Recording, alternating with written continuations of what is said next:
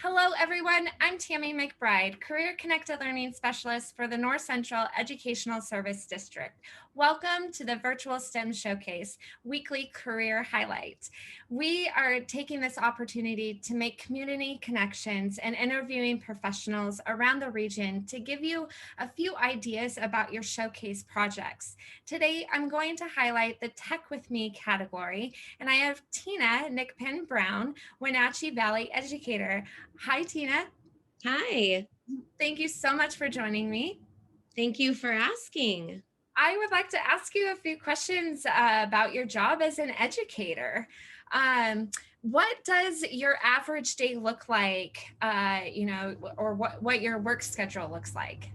Well, it starts really early in the morning.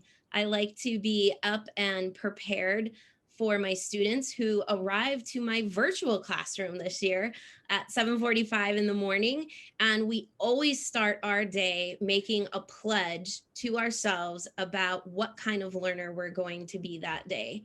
We are constantly exploring all of the things that we have seen, watched, and read about. I take those ideas and that's how I build my lessons. So, after we've done a good 3 hours of learning together online, students will go into different breakout rooms and complete different engineering projects or technology projects and check in with me.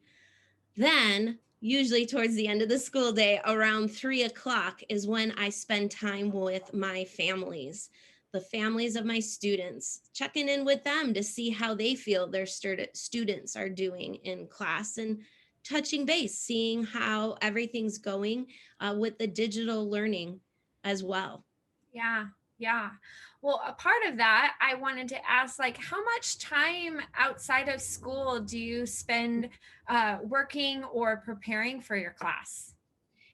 That's a really difficult question for me because I got into teaching because I'm curious.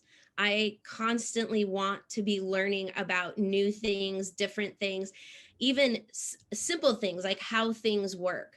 And so I feel like I'm always working because I'm always learning. So if I'm not directly interacting with my students, then I'm researching some of those topics they came up with, or I'm going out to the community and asking for their help in engaging my students and all of these wonderings that they have. So, really, I feel like I'm always working because I'm choosing to always be learning.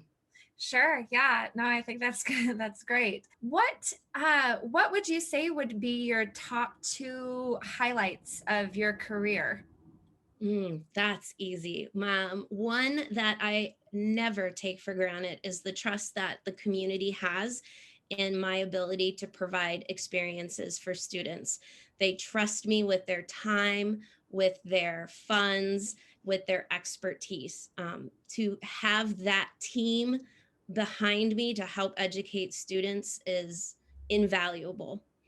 Another one is just recently, I'm very excited to say that I am a Presidential Award Excellence finalist in math and science teaching for the state.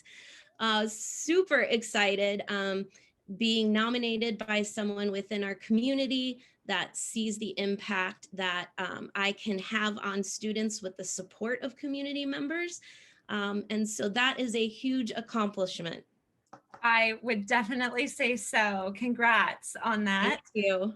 I would say my last question, what advice would you give to parents or caregivers who want to incorporate more learning into their students' lives?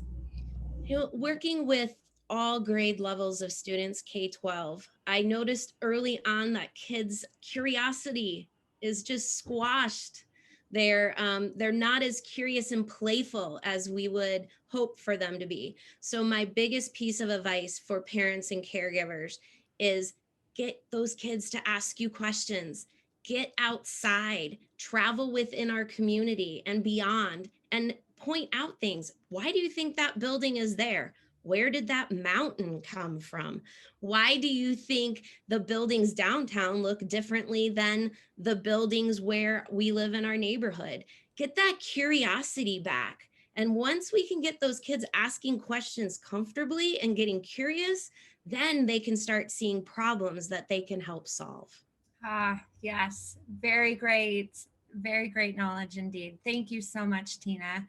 I think that is all we have for today's episode.